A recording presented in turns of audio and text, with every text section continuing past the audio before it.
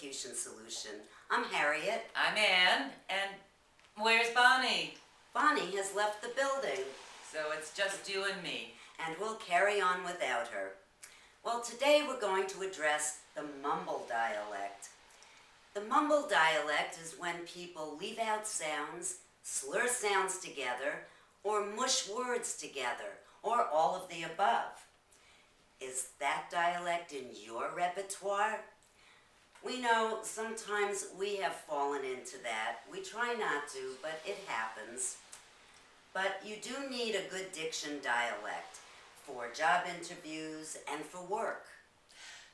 We've found that it's harder and harder to understand actors in movies and television. And it's not because of the sound level, and it's not because we're hard of hearing. They're mumbling.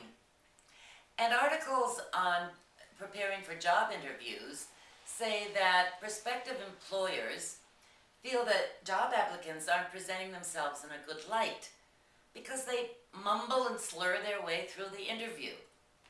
And that brings us to the 3 levels of diction. There's the good, the bad, and the pompous.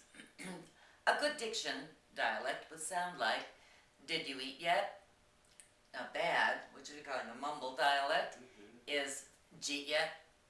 And the pompous, or the over-articulators, would be, did you eat yet? Well, when do you use these dialects? Well, it's okay to use the Mumble Dialect with family and friends, provided they can easily understand you. And children tend to move into mumble mode as they approach their teenage years, and hopefully will grow out of that. The pompous dialect, well, you would use that if you were an actor and playing the role of a pompous character.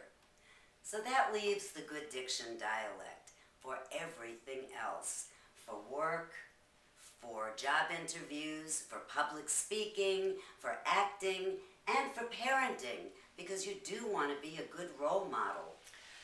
So what are some of the features of a mumble dialect? Well, here are just a few examples of mushing words together. There's the j for did you or do you. And that would sound like, when do you want me to start? Instead of, when do you want me to start? And let me, for let me. Let me give you my resume, instead of, let me give you my resume. And how about don't ya? Like, don't you have better benefits? Instead of, don't you have better benefits? Oh, it sounds much better. Thank you. And would ya? Would you get that for me? Instead of, would you get that for me? Well, and another area that is difficult for people is consonant clusters. And easy for you to say. Really. And that's where people either leave out a sound or transpose sounds, as in the word ask. We often hear people say ax. I want to ax you a question, as opposed to I want to ask you a question. The STR cluster, that's another one that we're hearing more and more people pronounce more as an SH. And we'll hear things like, I live on Maple Street, instead of I live on Maple Street. And omitting the sounds in a consonant cluster, and T is the one that's most often omitted, and we'll hear things like, I have some gifts for you, instead of I have some gifts for you. Or the word lasts we'll hear as, well, that lasts all day long, instead of that lasts all day long. And there's the ing endings. Oh yeah. That has gone by the wayside. It's gone. It is. People just leave that G off and pronounce it as IN. So they'll say, I'm going to the store, instead of I'm going to the store. And sometimes people, in their effort to have good diction, will overpronounce words and go right into the pompous dialect. And they'll do this by popping out too much air on T's, for example, like in the sentence, I don't want you to do it. Now, in the good dialect, it would sound like, I don't want you to do it.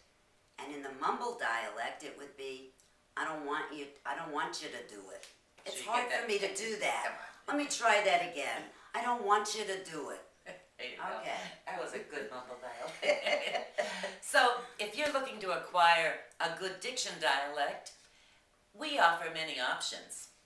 You could purchase our accent makeover program, which is a manual and 3 CDs, or our voice and diction makeover program, which is this manual. Or if you live in the Los Angeles area, you could come in for either individual or group sessions. But if you don't live in the Los Angeles area, you could sign up for our web sessions. So to find out which option is best for you, email us at elocutionsolution@gmail.com. And if you want to find out more about us, visit us at our website at www.elocutionsolution.com. See you next time.